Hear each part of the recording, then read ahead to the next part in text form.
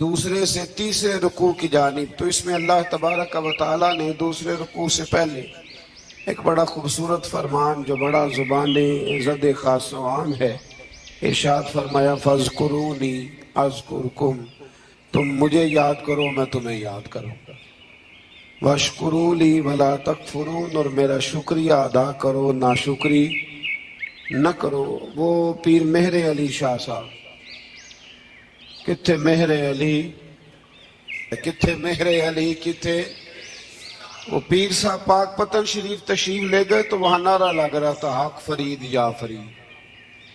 کچھ لوگ ہوتے ہیں نا فٹافٹ اعتراض کرتے ہیں، تو ایک صاحب نے پیر صاحب سے کہا یہ کیا نعرہ لگ رہا ہے؟ تو آپ فرمانے لگے یہ قرآن سچا ہو رہا ہے۔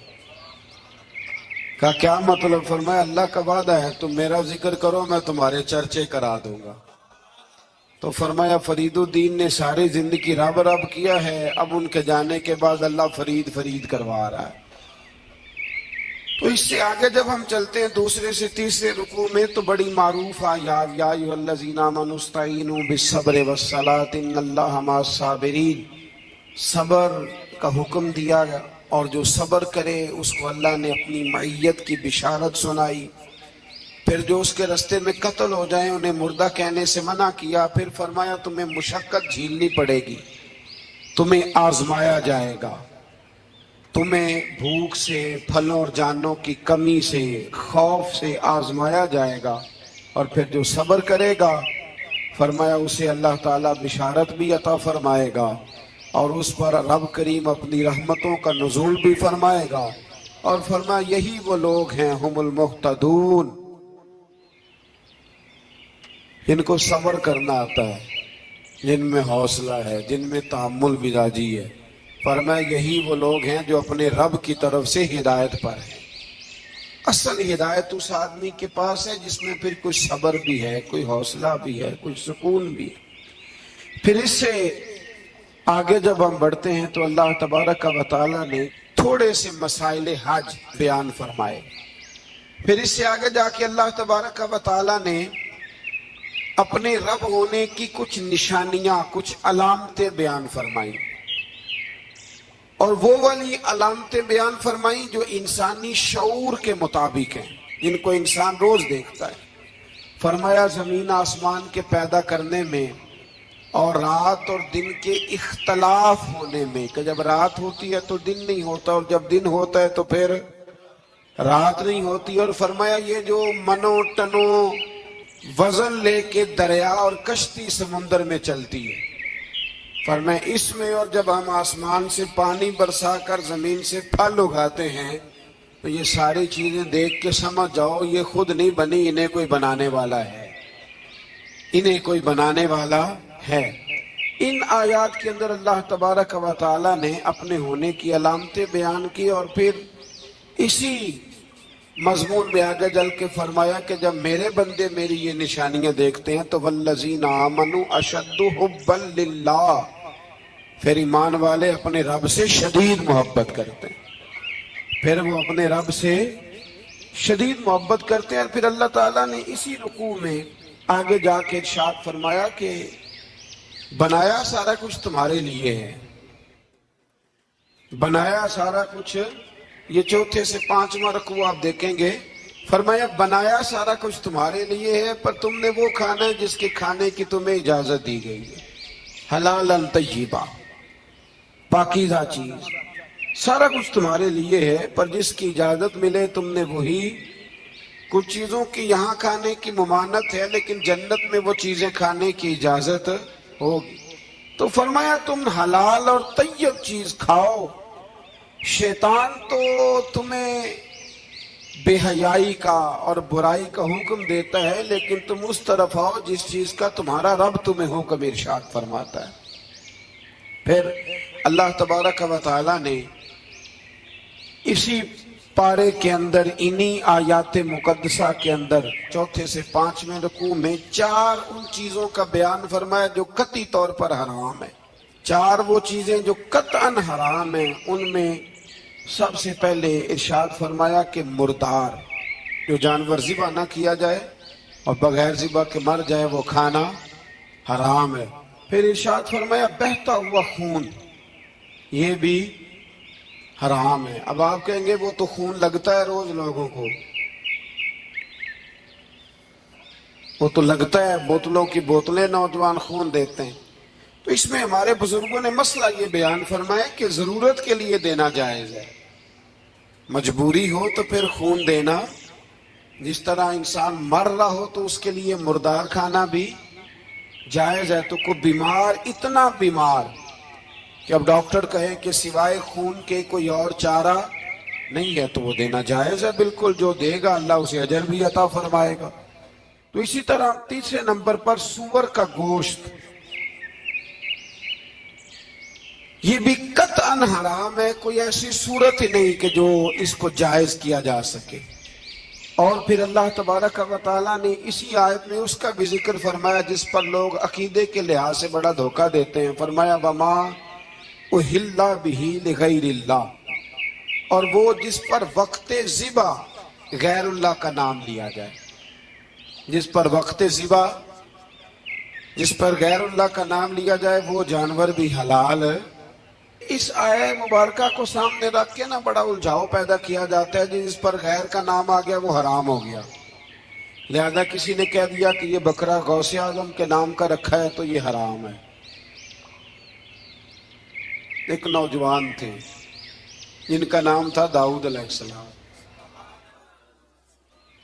وہ بھی بکریاں چرایا کرتے تھے. اور جن دنوں حضرت طالوت نکلے نا اپنی قوم کو لے کر جالوت کے خلاف لڑنے تو حضرت داؤد بھی شامل ہو گئے. اللہ جب کسی کو نوازتا ہے نا تو پھر خاص ہی کرم نوازی کرتا ہے. مفسرین نے لکھا جب یہ جا رہے تھے نا، وہاں جا رہے تھے تو رستے میں انہیں 3 پتھر مل گئے. انہوں نے وہ تینوں پتھر اٹھا لیے. اس زمانے میں پتھر پھینکنے کے لیے چھوٹی چھوٹی لوگوں کے پاس چیزیں ہوا کرتی تھی، اس کو کوپھن بھی لوگ کہتے تھے، منجنیق، اس کو سامنے رکھ کے پھر بنائی گئی.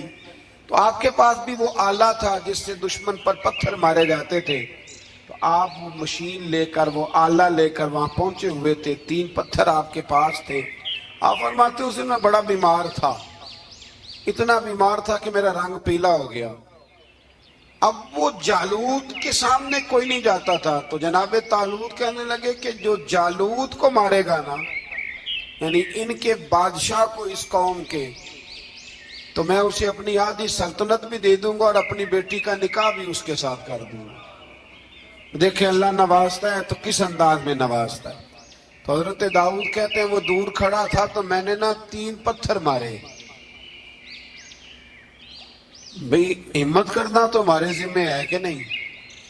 میری ملت کا جوان کہتا میں نے کرنا کرانا کچھ نہیں، یعنی اگر آپ کہیں نا کچھ کرو تو پھر وہ کوئی کام کرنے کی مطلب معاملہ. وہ مجھے کل ایک سنگی کہہ رہے تھے، کہنے لگے جی اللہ کے فضل سے کچھ بھی نہیں کرنا پڑا، مرشد نے نظر کر دی. میں کہ میں ملن گی تو میں انہوں سمجھاواں گا کہ کچھ کرا کے نظر کریا کرو، کیونکہ میرے وہ دوست ہیں، میں انہیں جانتا ہوں. نظر میں بڑا کچھ ہوتا ہے لیکن اللہ بھی تو بندے پہ بڑی نظر رحمت کرتا ہے نا.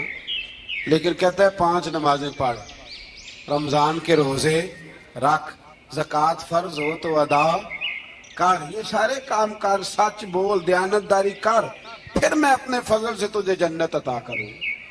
تو یہ جو رویہ ہم نے بنایا یہ درست نہیں. تو فرماتے ہیں 3 پتھر میں نے مارے، اللہ نے اتنا فضل کیا کہ وہ بھی مر گیا، اور اسے چھو کے میرے پتھر آگے بڑھے تو اس کی فوج کے 30 آدمی بھی مر گئے. 3 پتھروں سے 31 بندے اللہ نے مار دیے. فرماتے اس لیے کہ ہاتھ میرے تھے اور طاقتیں میرے رب کریم کی تھی. تو حضرت داؤد علیہ السلام کے حصے میں جناب طالوت کی صاحبزادی بھی آئی، آدھی سلطنت بھی آئی.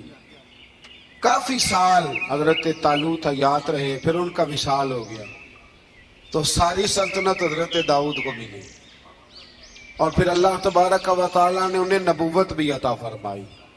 یہ دنیا میں واحد پیغمبر ہیں جو بیک وقت نبی بھی تھے اور بادشاہ بھی تھے.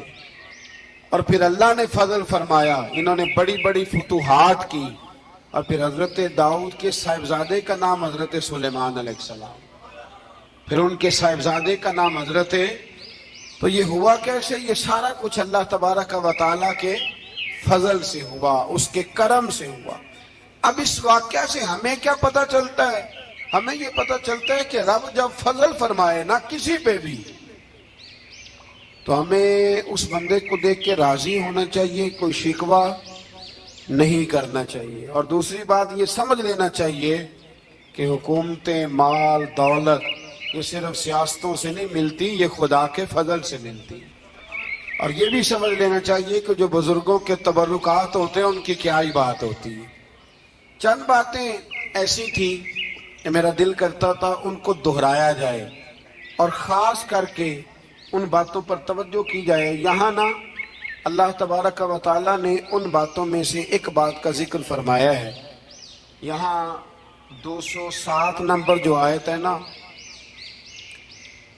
اسی پارے کی، اس میں اللہ کریم نے فرمایا کچھ لوگ ایسے ہیں جو اپنی جانیں ہی اللہ کے حوالے کر دیتے ہیں. زندگی کا مقصد دین ہوتا ہے، لٹا دیتے. یہ نازل کب ہوئی؟ یہ آیت مبارکہ حضرت صہیب رومی کے بارے میں نازل ہوئی. حضرت صہیب رومی رضی اللہ تعالیٰ عنہ بڑے مالدار تھے. مکے سے جب چلے نا تو سارا مال مکے میں چھوڑ دیا، اس لیے کہ اللہ کے رسول مدینے چلے گئے. فرماتے ہیں پھر میں نے مال و دولت کی پرواہ نہیں کی، پھر میں نے یہ سوچا کہ میں نے اپنے حبیب کے پاس جانا ہے. سارا مال ایک جگہ پہ دبایا اور فرماتے ہیں میں مدینہ طیبہ کے لیے جب نکلا تو کفار نے، قریش مکہ نے روکا، ہم نہیں جانے دیں گے. حضرت صہیب رومی فرمانے لگے بھئی سنو، میں کمزور نہیں، میں طاقتور آدمی ہوں، اور تم میں سے کوئی ایسا مائی کا لال نہیں جو تیر چلانے میں مجھ سے زیادہ سیانا ہو، تلوار چلانے میں مجھ سے زیادہ عقل مند ہو. جانا مدینے میں نے ہے. اب یہ ہے کہ تم بتاؤ میرے ساتھ تیروں تلواروں سے لڑو گے یا میں تمہیں ایک سودا بتاؤں گا، سودا کرو گے؟ قریش کہنے لگے سودا کیا ہے؟ کہنے لگے میرا بڑا مال ہے، میں مکے میں دفن کر کے آیا ہوں، تم مجھے مدینے جانے دو، میں تمہیں سارے مال کا پتہ بتا دیتا ہوں. ہزاروں لاکھوں میں تھا مال تجارت. دیکھیں جب صحابہ مدینے جاتے تھے تو کتنی قیمت دے کے جایا کرتے تھے. تم مجھے جانے دو، میں تمہیں وہاں کا پتہ بتاتا ہوں. انہوں نے کہا جی بات ٹھیک ہے، آپ پتہ بتا دیں. حضرت صہیب نے ساری زندگی کی جمع پونجی ہزاروں لاکھوں میں ساری دے دی اور مدینے کے لیے تیار ہو گئے. اللہ کریم نے اس بات کو بڑا ہی پسند فرمایا اور فرمایا وَمِنَ النَّاسِ مَن يَشْرِي نَفْسَهُ ابْتِغَاءَ مَرْضَاتِ اللَّهِ. فرمایا کچھ لوگ ایسے ہیں جو اپنی جانیں بیچ دیتے ہیں اللہ کی رضا حاصل کرنے کے لیے. اپنی جانیں بیچ دیتے ہیں. نَفْسَهُ ابْتِغَاءَ مَرْضَاتِ اللَّهِ، اللہ کی رضا حاصل کرنے کے لیے اپنی جانوں کو بیچ دیتے ہیں. تو فرمایا پھر اللہ کیا کرتا ہے؟ فرمایا واللہ رؤوف بالعباد، پھر اللہ بھی اپنے بندوں پر بڑا ہی رحم فرمانے والا ہے. جب یہ سارا مال دے کے مدینے پہنچے نا تو ان کے استقبال کے لیے جناب عمر پہلے سے موجود تھے.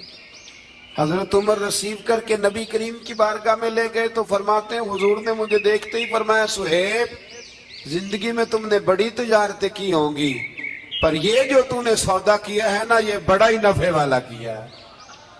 یہ جو سودا فرمایا یہ تم نے بڑا. تو دین کے لیے جب آپ کوئی کام کرتے ہیں تو یہ سودا بڑا نفع والا. ایک مضمون اور یہاں ہے 216 نمبر آیت میں، وہ بھی بڑا ہی سمجھنے والا ہے. اللہ کریم نے جب جہاد فرض کیا نا تو فرمایا کتب علیکم القتال، ہم نے تم پر قتل کرنا، قتال کرنا فرض کیا ہے. فرمایا ہو سکتا ہے تمہیں یہ کراہت محسوس ہو، مشکل لگے، برا لگے. ایک بات جو آج کی نصیحت ہے اور مضامین قرآن جو ہم سیکھ رہے ہیں اس کے اندر سے ہمیں یہ خاص چیز ہے جس کو سمجھنا چاہیے. اللہ کریم نے فرمایا کہ تم پر جہاد فرض کیا گیا ہے، وَهُوَ كُرْهٌ لَكُمْ، ہو سکتا ہے تمہیں ناپسند ہو. تو ایک نہ ساری زندگی کے لیے ایک نصیحت کر دی. فرمایا وَعَسَىٰ أَن تَكْرَهُوا شَيْئًا، ہو سکتا ہے تم کسی چیز کو ناپسند کرو، وَهُوَ خَيْرٌ لَكُمْ، اور وہ تمہارے لیے اچھی ہو۔ اللہ اکبر، یہ وہ بات ہے اگر سمجھ میں آ گئی تو کلیجہ ٹھنڈا ہو گیا، زندگی سکون میں آ گئی۔ فرمایا ہو سکتا ہے تم کسی چیز کو ناپسند کرو اور وہ تمہارے لیے بہتر ہو، وَعَسَىٰ أَن تُحِبُّ شَيْئًا، ہو سکتا ہے تم کسی چیز سے محبت کرو، وَهُوَ شَرٌّ لَكُمْ، اور وہ تمہارے لیے بری ہو، اچھی۔ بس میرے رب نے ایک بات مسلمان کو بتا دی تو جینے کے لیے بڑی کافی ہے۔ فرمایا تم میرے اور میرے رسول کے حکم پر چلو۔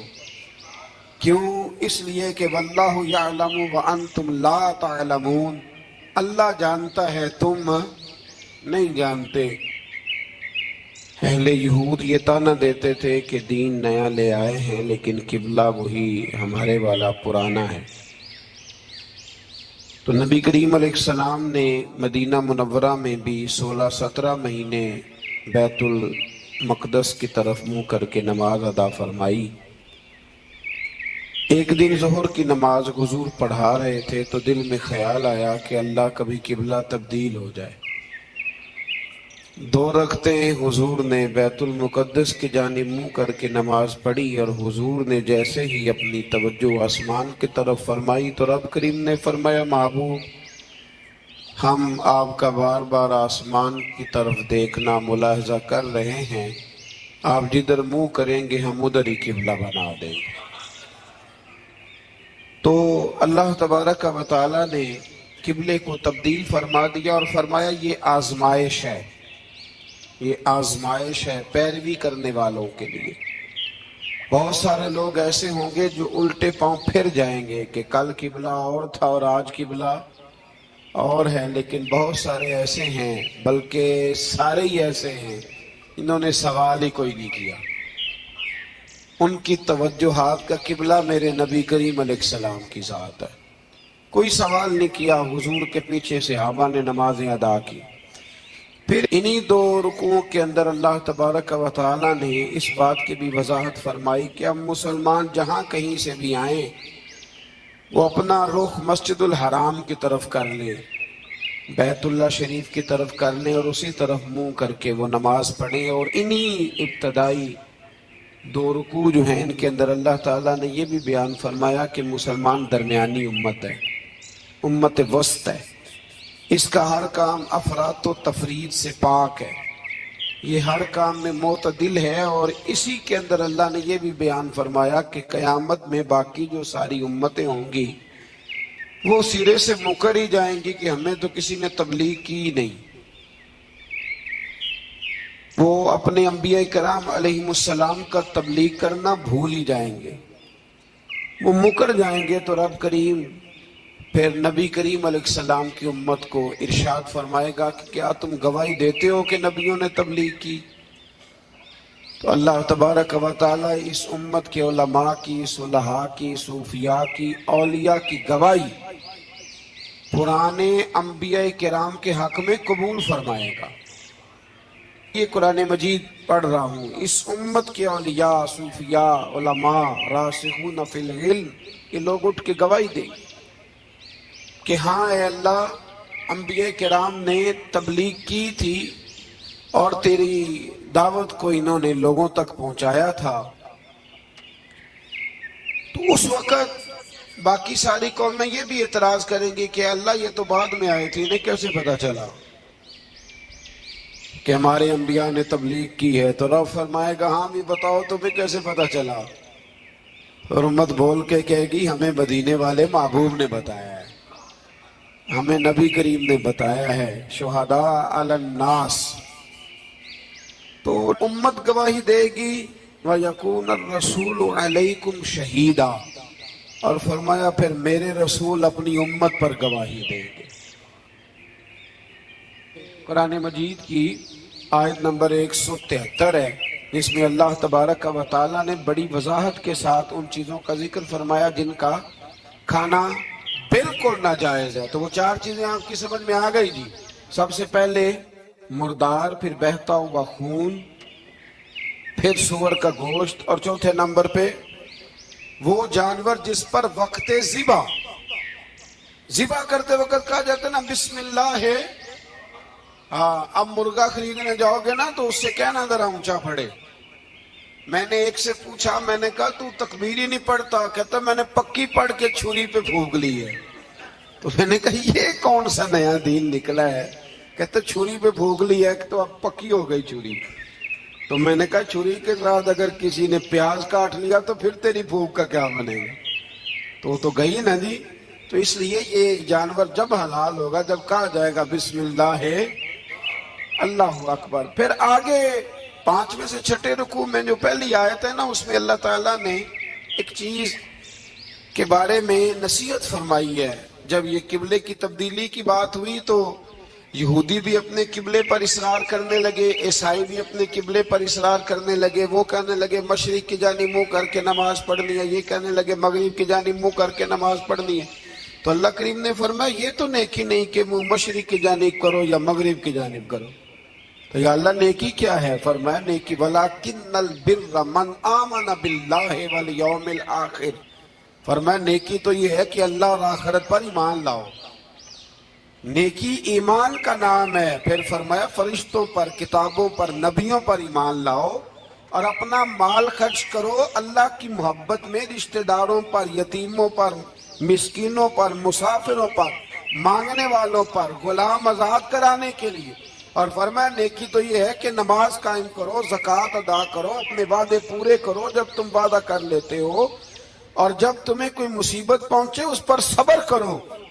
فرمایا اولئک الذین صدقوا, یہ وہ لوگ ہیں جو نیکی کے دعوے میں سچے ہیں, جو ایمان بھی لائیں, خرچ بھی کریں, مصیبت پر صبر بھی کریں. یہ وہ لوگ ہیں جو ایمان کے دعوے میں سچے ہیں. وَأُولَئِكَ هُمُ الْمُتَّقُونَ, اور یہ وہ لوگ ہیں جو پرہیزگار ہیں اللہ سے.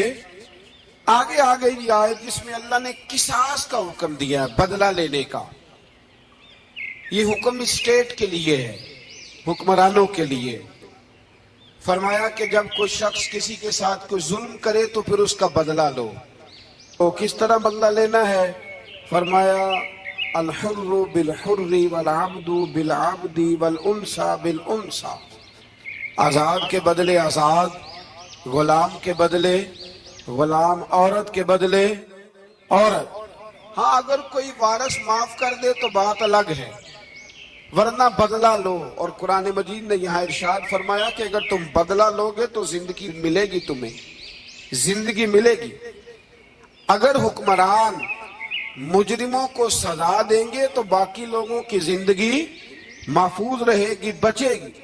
حکم دیا گیا یہاں کہ بدلہ لیا جائے. پھر جب ہم 6 سے 7ویں رکوع کی طرف چلتے ہیں تو اس میں اللہ نے روزے کا حکم دیا, رمضان کی فضیلت بیان کی, اور ارشاد فرمایا گیا کہ جو روزہ نہ رکھ سکے وہ فدیۃ طعام المسکین, جو تو مریض ہو, بیمار ہو, وہ تو اتنے روزے جو ہے وہ اگلے دنوں میں رکھ لے. اور آگے جا کے یہ بھی بتایا گیا کہ جو زیادہ ہی بیمار ہو پھر وہ ایک مسکین کا فدیہ دے دے, کھانا دے دے. پھر اسی آیت کریمہ میں رب کریم نے فرمایا اگر تم مجھ سے دعا مانگو گے اسی رکوع میں تو فرمایا میں تمہاری دعاؤں کو بھی ضرور قبول کروں گا. پھر اسی میں بتایا گیا کہ رات کے وقت تمہیں کھانے کی بھی اجازت ہے اور عمل زوجیت کی بھی تمہیں اجازت دی جاتی ہے. اسی طریقے سے پھر آگے اللہ تبارک و تعالی نے حج کے مہینوں کے بارے میں علامتیں ارشاد فرمائیں اور مسائل حج کچھ آگے جا کے بیان کیے. اور ایک اور غلط رسم لوگ رسمیں بنا لیتے ہیں نا, ایک اور رسم تھی کہ یہودی اور عیسائی جب حج کرتے تھے نا احرام باندھ لیتے تھے, پھر دروازے سے گھر میں داخل نہیں ہوتے تھے, اوپر سے چھلانگ لگا کے کہ اب ہم پاک ہو گئے. تو دروازہ چونکہ گناہگار ہے, اس کے بیچ سے گناہگار آتے جاتے رہے ہیں, لہذا دروازے سے نہیں گزرتے تھے. تو اللہ کریم نے فرمایا یہ کوئی نیکی نہیں, یہ کوئی طریقہ نہیں کہ تم دروازوں سے نہ گزرو. وَلَٰكِنَّ الْبِرَّ مَنِ اتَّقَىٰ, دروازے کے اوپر سے چھلانگ لگانا نیکی نہیں, بلکہ نیکی تو یہ ہے کہ اللہ سے ڈرنا شروع کر دو. حج کے بعد پاک صاف ہو جاؤ, ڈرنا شروع کرو, یہ اصل میں نیکی ہے. تو پھر اللہ تبارک و تعالی نے حج کے مسائل کافی تفصیل کے ساتھ، چونکہ وہ فقہی مسائل ہیں اور پوری اس کی جزیات ہیں، لہذا وہ ایک نشست میں کرنے کی بات نہیں، تو رب کریم نے وہاں مشعر حرام کا بھی ذکر فرمایا اور ان سب چیزوں کی طرف نشاندہی فرمائی جن پر توجہ کرنا امت مسلمہ کے لیے بڑا ہی ضروری ہے۔ پھر آگے 8ویں رکوع تک یہ باتیں مختلف انداز میں چلتی رہی۔ پھر 9ویں سے 10ویں رکوع میں ایک بات رب کریم نے یہ ارشاد فرمائی کہ میں نے کافروں کی نظر میں نا، جب انہوں نے میری نافرمانی کی ہے، میرے کلمہ نہیں پڑھا، میرے محبوب کو نہیں مانا، قرآن مجید کو نہیں مانا، تو فرمایا میں نے دنیا کی زندگی ان کے سامنے مزین کر دی۔ یہ بڑی سمجھنے والی بات۔ فرمایا زُيِّنَ لِلَّذِينَ كَفَرُوا، وہ جنہوں نے کفر کیا تھا نا، ان کے لیے زینت دے دی کسے؟ حیات الدنیا، دنیا کی زندگی کو اللہ نے نا ان کے لیے حسین کر دی، انہیں بڑے اچھے لگتے ہیں، یہ میری جائیداد ہے، یہ میرا باغ ہے، او میری حویلی ہے، یہ سارے میرے جناب بنگلے۔ فرمایا یہ چیزیں ہم نے کافروں کی نظر میں پھر پیاری کر دی۔ سمجھیے گا بات، یہ کافر کا طریقہ ہے کہ وہ دنیا داری کا مال دیکھتا ہے تو اس کی آنکھیں کھل جاتی ہیں، بڑا راضی ہوتا ہے۔ مومن کا یہ طریقہ، مومن کس بات پہ راضی ہوتا ہے؟ اللہ تبارک و تعالیٰ کی رضا پہ مومن راضی ہوتا ہے۔ اس چیز کو اللہ کریم نے یہاں بیان فرمایا۔ پھر اس سے آگے جو حرمت والے مہینے ہیں ان مہینوں کا ذکر کیا گیا۔ پھر اللہ تبارک و تعالیٰ نے جوے اور شراب کو حرام قرار دیا۔ 219 نمبر آیت ہے، اسی رکوع میں اللہ تبارک و تعالیٰ نے اس کا بھی تذکرہ فرمایا۔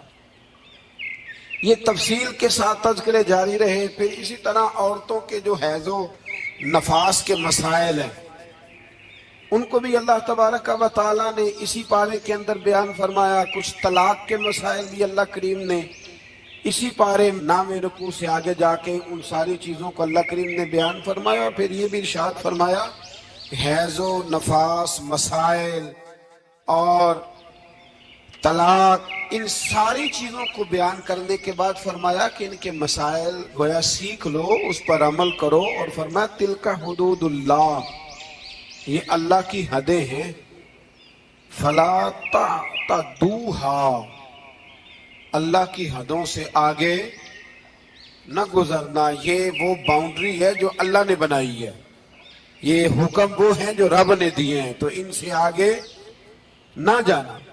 تو بالتفصیل ان ساری چیزوں کا یہاں بیان فرمایا گیا، اور وہ مسائل جو بڑی تیزی سے لوگ الجھا دیتے ہیں ان کا بھی اللہ کریم نے یہاں ذکر فرمایا۔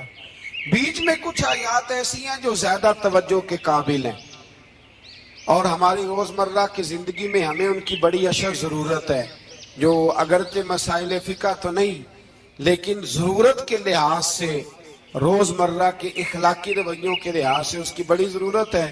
ان چند آیات کا بھی ہم نے انتخاب کیا، انشاءاللہ اس پر بھی کچھ بات کرتا ہوں۔ اس پارے کے آخر میں نا اللہ کریم نے ایک واقعہ بیان فرمایا ہے۔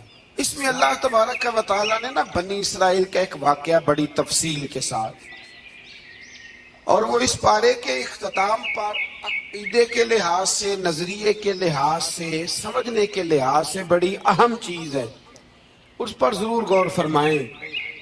وہ یہ ہوا کہ بنی اسرائیل کے اندر ہمیشہ ایسے ہوتا تھا کہ اللہ تبارک و تعالیٰ ایک پیغمبر اور ایک بادشاہ، بنی اسرائیل کے اندر ہمیشہ نبی اور بادشاہ موجود رہتے تھے۔ ایک وقت ایسا آیا کہ بنی اسرائیل میں کوئی نبی نہیں تھے، اور بنی اسرائیل کا جو اپنا علاقہ تھا نا وہ ملک شام ہے، تو قوم عمالقہ ایک قوم تھی اور بڑے سخت گیر لوگ تھے، انہوں نے بنی اسرائیل والوں کے ساتھ لڑائی کی، جہاد کیا اور انہیں ان کے علاقے سے نکال دیا۔ اور کچھ حضرت یوسف علیہ السلام کے زمانے میں ویسے بھی ایک بہت بڑی تعداد جا کے مصر میں آباد ہو گئی تھی۔ اب یہ ہوا کہ ان کے پاس کوئی بادشاہ نہیں ہے، یہ بار بار دعا کرتے، التجا کرتے، تو اللہ تعالیٰ نے ایک پیغمبر انہیں عطا کیے جن کے مختلف نام کتابوں میں ہیں۔ صدر الافاضل رحمۃ اللہ علیہ نے تفسیر خزائن العرفان کے اندر ان کا نام حضرت